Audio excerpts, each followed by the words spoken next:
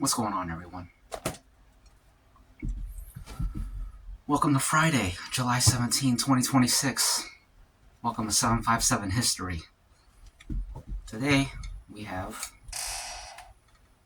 rice, potato, onion, tomato, corned beef, garlic powder, cayenne pepper.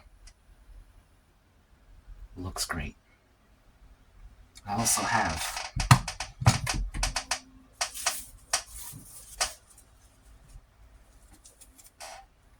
green beans.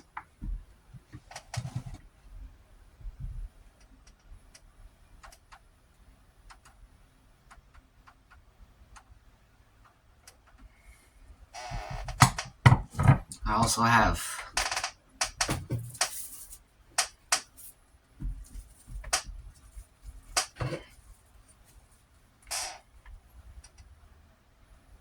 fried pork chop.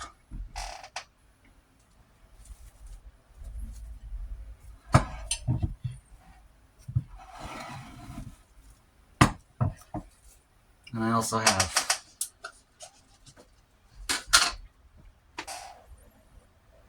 some thick sauce for the pork chop, the fried pork chop. I guess this will be our thumbnail. I like the other and I also have some garlic breads. Here's the thumbnail.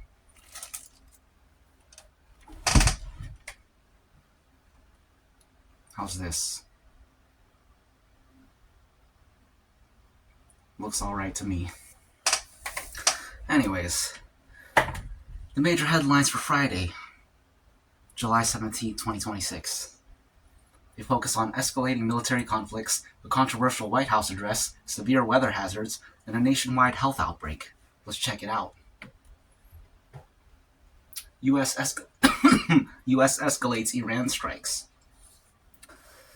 The military expanded its campaign into a sixth consecutive day, U.S. military that is, striking critical bridges and a tower at a major port in Iran.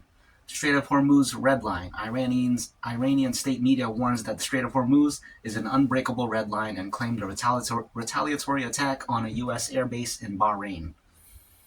Shipping standard bottleneck. Industry analysts note a worst-case scenario for global transit as commercial shipping has entirely ground to a halt through the critical strait. U.S. politics and election security. Trump primetime address. Nobody cares. Evidence disputed. Nobody cares. China rejection. Officials in Beijing officially dismissed the election interference claims as groundless accusations. Who cares? Weather and health alerts. This is what I'm interested in because Canadian wildfires, today is the worst day yet. Before, you could only see the smoke in the sky. Now the smoke is at ground level and you can actually smell the smoke. Dense smoke from over 800 Canadian wildfires has triggered Code Purple in air quality alerts, enveloping the U.S. Midwest and Northeast. I'm in the Central East / South. Texas flood death toll. Nobody cares about Texas flood. Taco Bell lettuce outbreak. The FDA and CDC linked a multi-state parasite outbreak to shredded iceberg lettuce provided by California-based supplier Taylor Farms. Now that's what happens. Let's eat a little bit of this.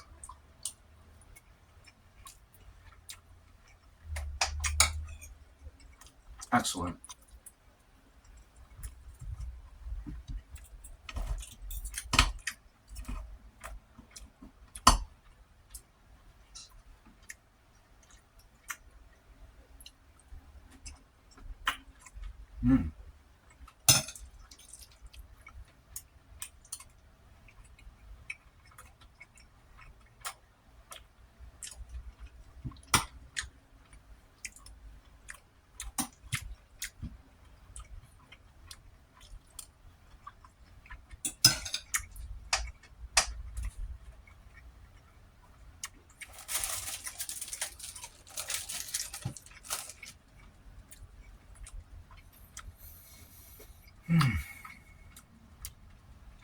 Good old food. Cheers. Good old water.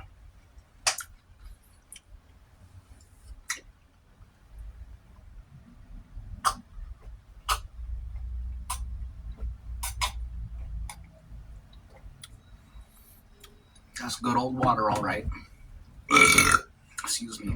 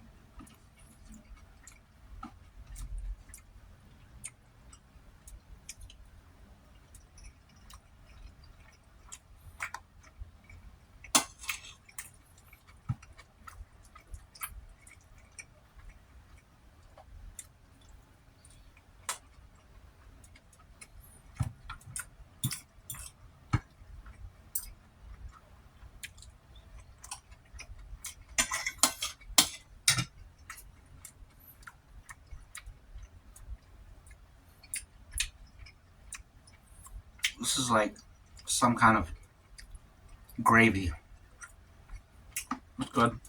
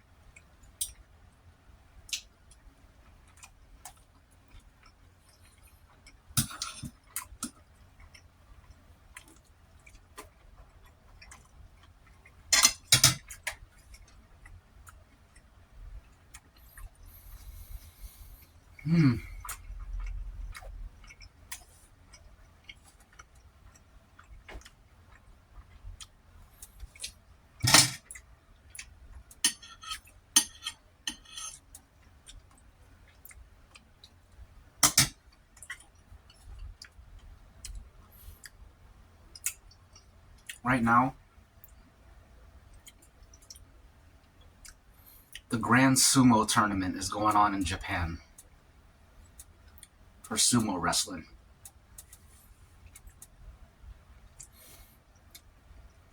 They hold it every other month, 6 times a year. And the tournaments are 15 days long. Today is day 6 of this month's Grand Sumo Tournament. I've been watching the recaps. The recaps are really all you need because the matches are fast. And they're 1 round, I believe. 1 round, all they gotta do is either get a dude to the floor or knock a dude out of bounds. Excuse me. They rarely last more than a minute. But they got the recaps on YouTube, NHK Japan News or something like that. I watched day 1 yesterday. I was watching day 2 today. Shouldn't take long to catch up to day 5, and then when the day 6 recap comes out, I'll watch that. It's pretty exciting, man. I like sumo wrestling.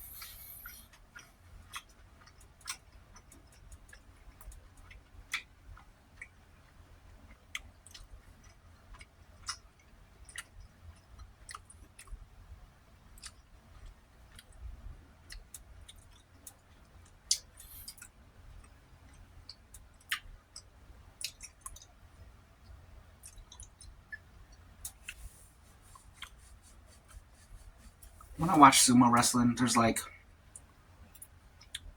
I'm always thinking like, why don't they do this? Why don't they do that? Blah, blah, blah, blah, blah. And then I'm like, well, maybe they're not allowed. And then I Google it. Is this allowed? Is that allowed? And it's allowed. So I feel like they're not really.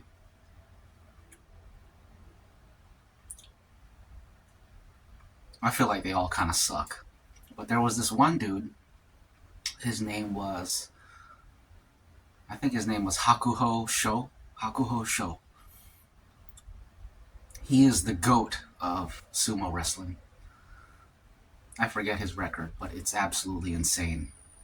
And he dominated the sport for, I believe, 7 years straight. And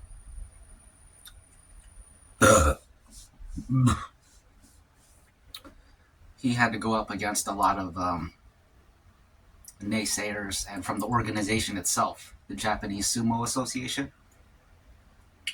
because Japan is very ethnocentric, and this dude he's Mongolian. I think he might be half Mongolian, half Japanese, and he was born in Mongolia. So yeah, but he dominated the sport, and they had to recognize. Anyways, I brought him up because he does all the things that I would be thinking. Like, why don't they do this? Why don't they do that? Why don't they do this? Why don't they do that? He does all those things. And that's why he dominated. I remember when the first few times I watched sumo wrestling, because like you play Street Fighter and all these other games where the sumo wrestlers, they got the palm strikes. And it's like, why don't they do that? I only ever see them like grapple. It's like, isn't palm striking allowed? But they don't do it very often. But this dude did it.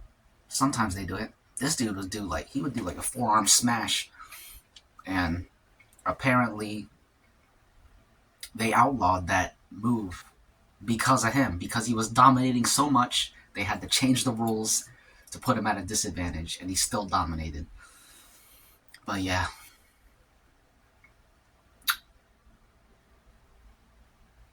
I also wonder, like, why don't they, in regular wrestling, my kind of wrestling, when you lock up arms, you're always trying to get behind the neck because you want to, they call it a snap down. When the person's leaning over like this, leaning into you, you grab the back of their neck and you pull back and you snap them to the floor. And I'm like, dang, why don't they do that? They're like in the perfect position for it because they're always leaning forward anyways. All you gotta do is snap them down and they're done. And some of them do it. And whenever they do it, I'm like, dang, this dude's got to figure it out. Everybody should be doing that, but they don't. And I think it's because they just, when you get into the martial arts world, it's very prideful, very ego-driven, and they want to do their style. They're not trying to do what works. They're committed to their style, improving their style.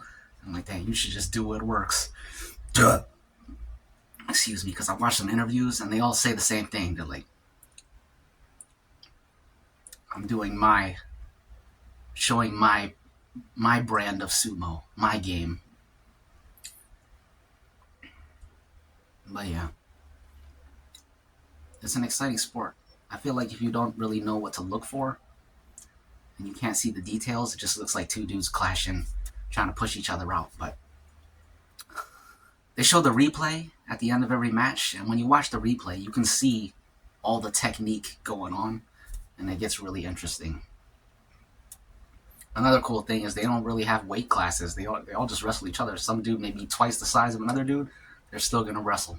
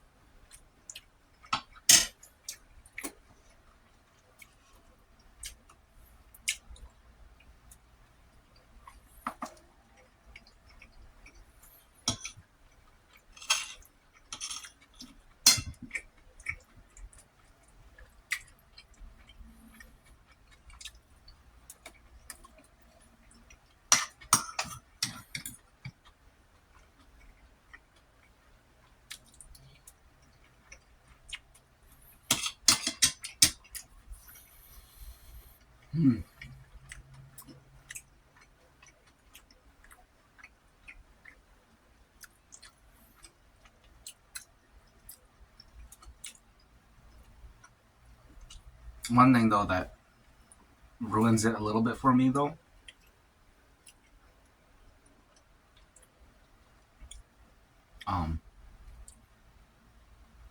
is that some of the matches seem fixed. Because you look at some of the finishes and it's like, dang, did this dude just throw the match? I feel like he didn't get pushed out. It looked like he just walked out on his own. He stepped out of the stepped out of bounds on his own. I'm like, shoot, that's pretty fishy. After I seen that, I Googled it, and I was like, are there rigged matches in sumo wrestling? And Google said, yeah, there are. There have been some cases, scandals in the past. And now that I think about it, it makes sense because they had that same issue with Pride, which was kickboxing slash MMA organization in Japan. It's gone out of business by now, or it turned into a different organization. They call it Dream now, but back in the day they had Pride and K1 kickboxing.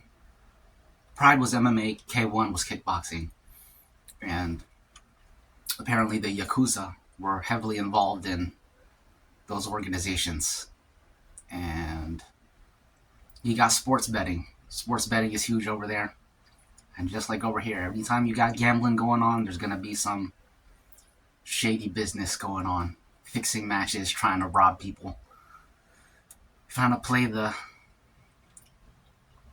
odds and just take everyone's money. So that ruins it a little bit.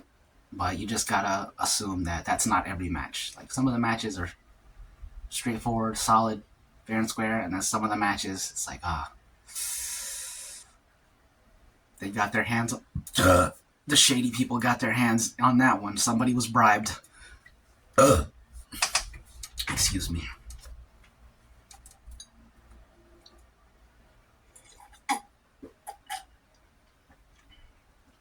So yeah, if the Yakuza were involved in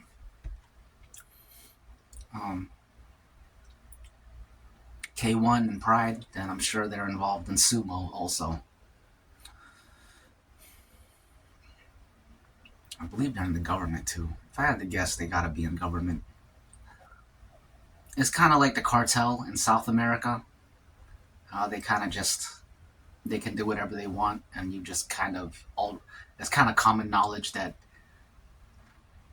they've infiltrated government, and no one can do anything about it because it's just so widespread. Yeah.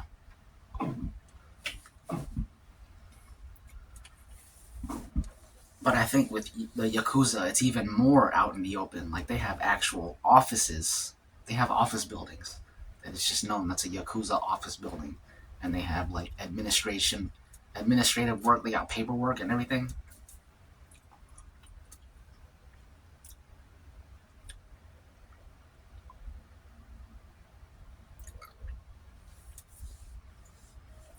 I guess the Italian mafia was like that too. Like they have bookkeeping records. Like they have a roster, people written in a notebook, and stuff like that. Anyways, who cares?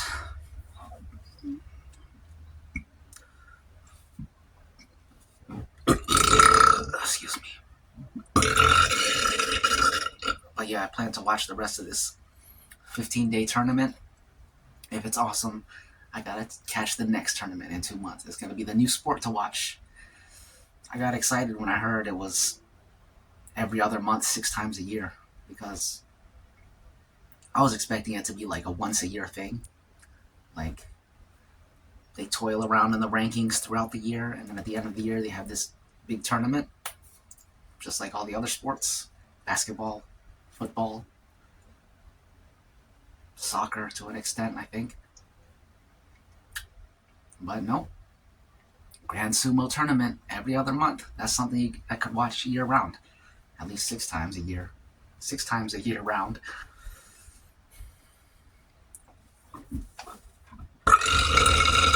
Excuse me. Excuse me.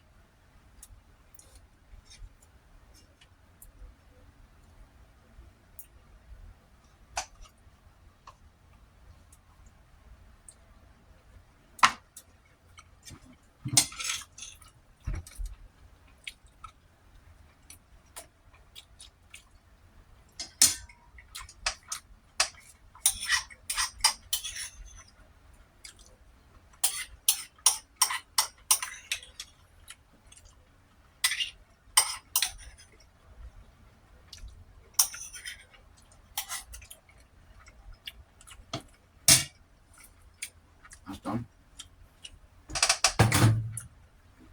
So yeah, going back to the rules and the styles. Ask Google, why don't they do more palm strikes and slaps? And Google was like, because when you slap or palm strike, you leave yourself open for the person to come on the inside, and it leaves you vulnerable to other attacks. I was like, oh, that kind of makes sense, but not really. And then they said, also, you're not allowed to use excessive force. And the slap slash strike is used mostly as a distraction, like throw your hand up in their face to distract them while you're doing something else, or like to daze them. So like a quick little thing to daze them so that you can do something else. I'm like, man, if they can penalize you for excessive force, then it comes down to the referee's discretion, which I don't like. It's either allowed or it's not allowed, because it's totally subjective whether it's going to be excessive force or not. That seems like a excuse me. Seems like a good place for them to rig things. But yeah, I feel like when they do the palm strike, it's mostly like to the cheek and stuff. I'm like, man, you need to aim that right here, bust someone's nose wide open. They'll go down. They're not aiming the strikes right.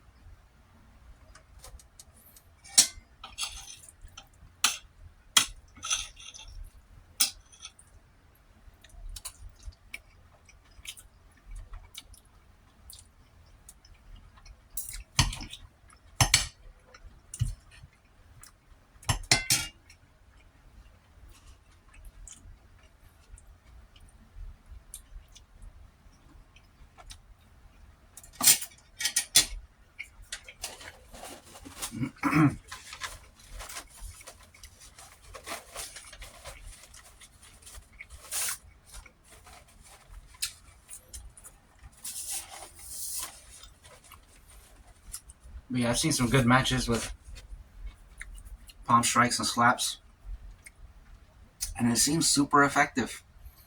Like, man, everybody should be doing that. It should be standard procedure. You strike first before you start grappling. Don't just go straight to grappling. And for the people who are trying to go straight to grappling, you punish them by striking first. I just feel like the game is due for a shift, a paradigm shift. I feel like Hakuho, if the game was smart, they would have all just copied his game. But they probably resisted because they probably thought their mindset was, well, that's Hakuho's style. I'm doing my style. I'm like, man, you gotta evolve. Once you see this dude doing stuff that works, just do what he does, and you'll win. So yeah, I think sumo is it holds itself back.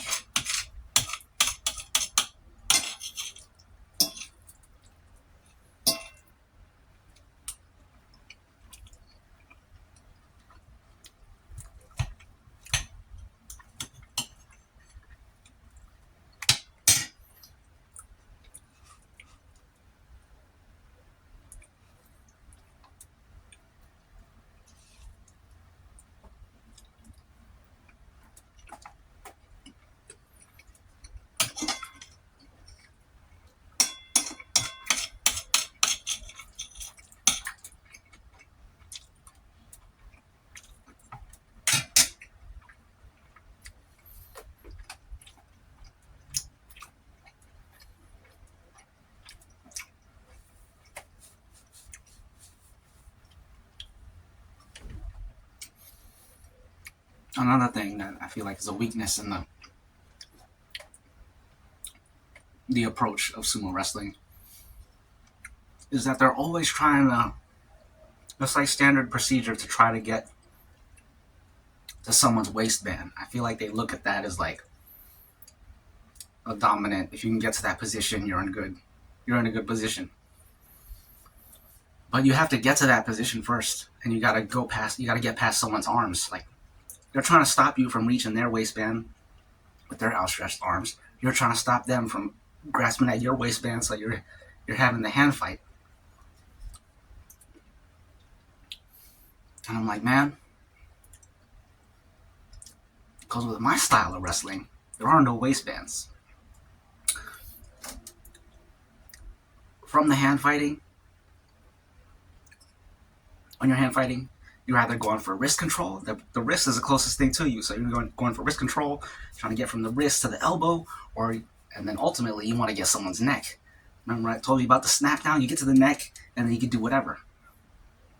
And I feel like the neck and the arms are closer than someone's waistband, and they're trying to get to the waistband. I'm like, man, the neck is right there. Even the overhooks and underhooks, getting under here or over here, a combination of this and this, that's way easier than getting to someone's waistband because they're hunched over forward anyways. And you can control someone just by the neck. Man. And I feel like I don't know. This is why MMA is way better, because they just learn from all the other styles. And they got those styles there too, because judo comes from Japan. So they got all the knowledge is already there, but they probably look at it as like, that's judo though. We're not doing judo, we're doing sumo. So that's not for us. But it is for you. You gotta use them techniques. It's all the same. The joints, the human body is the same no matter what style. So you just gotta get that knowledge.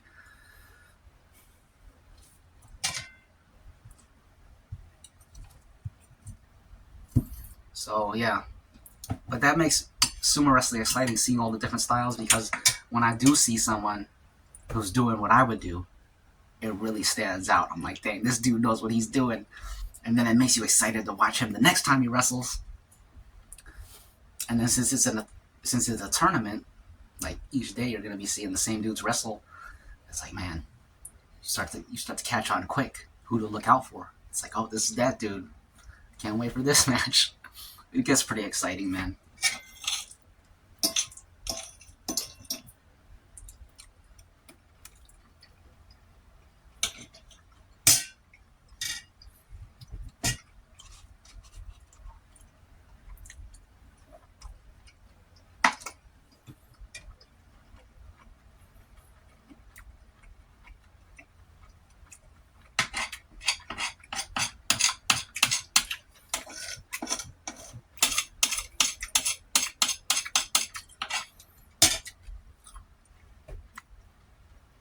It's crazy too, watching all these giant sumo dudes, and they show their age before too. They got the little graphic with the two fighters, the two sumo wrestlers. They got their age, their record. I think they have their height and weight up there too. And I'm looking at it, I'm like, dang, I'm older than all these dudes. These dudes are freaking kids. It's mind-boggling.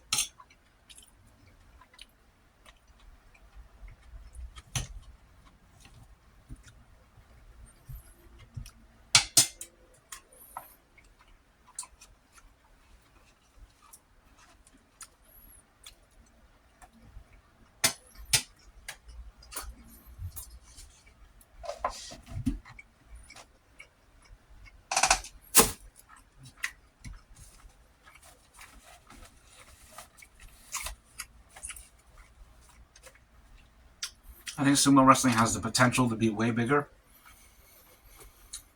And another reason it gets held back is because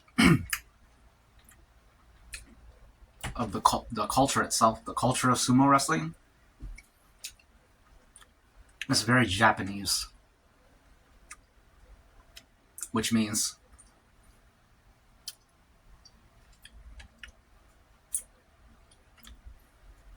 it's the culture to be very stoic, not really show your personality. If you get like a big win, don't celebrate. Just keep a stone face and just, go back to your side respectfully, bow, do your little thing, and then walk off. So it's like everyone's boring. I'm like, man, this is an exciting sport. Y'all need to celebrate or something. And that was another reason why Hakuho, he was criticized a lot. And I think, like,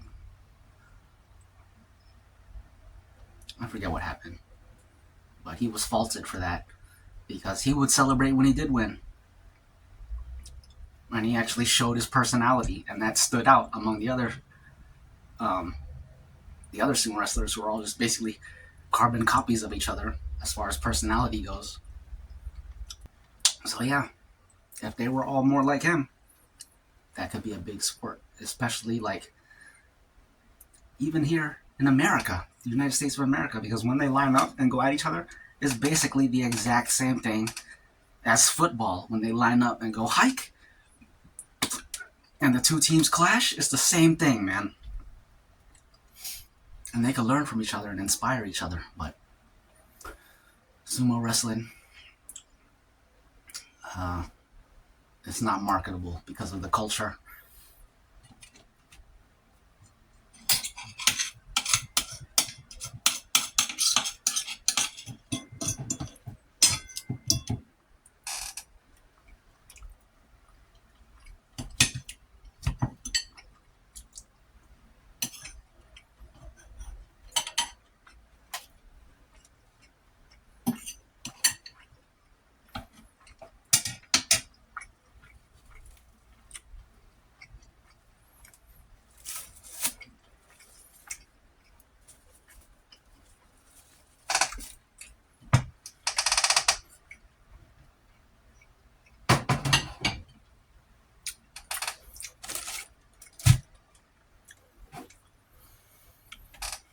It's Friday.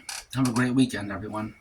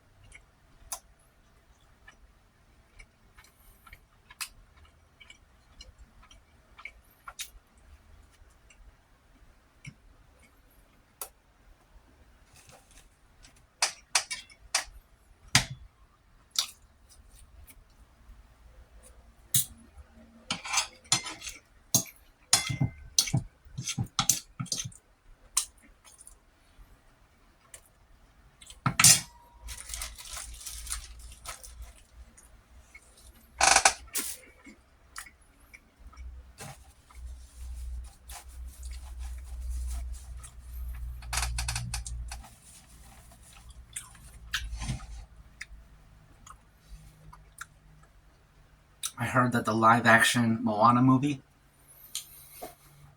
it flopped, which is funny.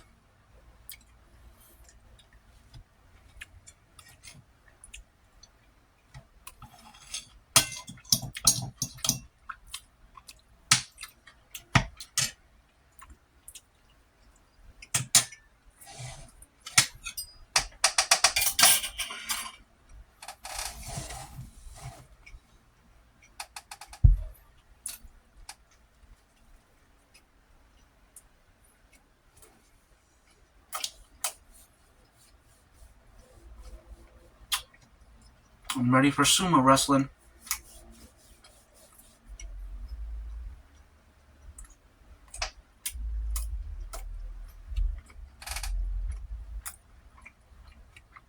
This is what they do to train. Just eat a bunch of food. I'm just kidding. I mean, they do that, but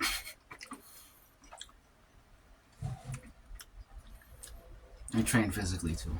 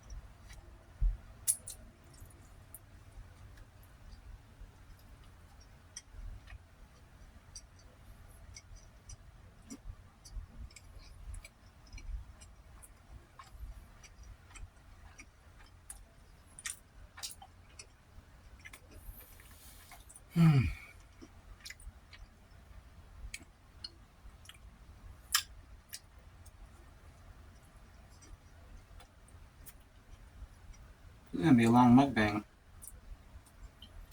I haven't done one this long in a while.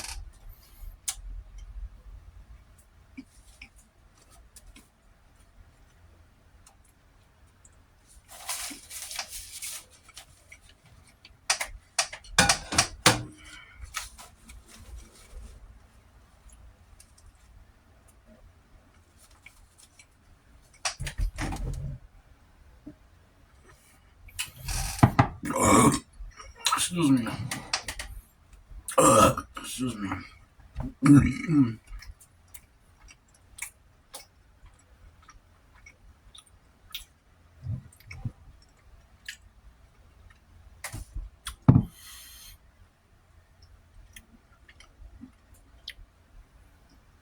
To the Grand Sumo Tournament.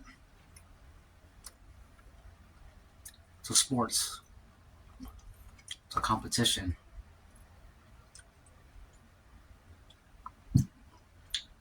To strength. To the testing of strength. The honor and integrity of facing man to man, hand to hand, heart to heart. My spirit versus your spirit.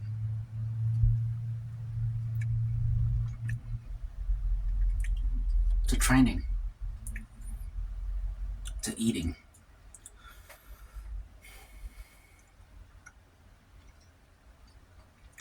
And to living. Cheers.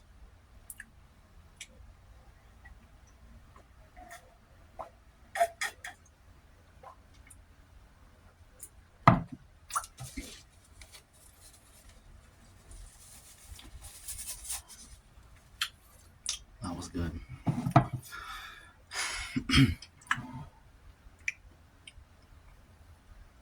Another toast.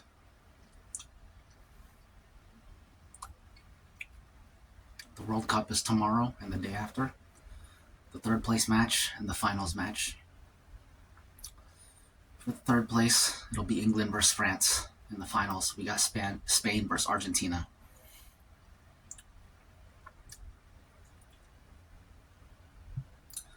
To a good, clean game. To fair officiating, aka refereeing. May the best team win. To sporting events, to sports in general, to team spirit and the individual spirit.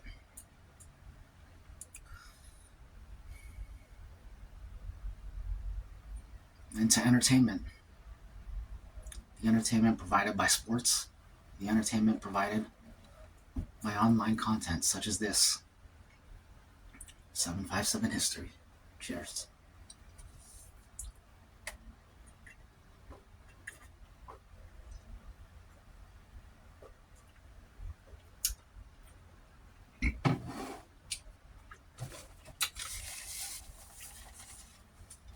And that's that. That was a great meal. And I hope you all will join me for the next one. Right here on 757 History. See ya. Reptile.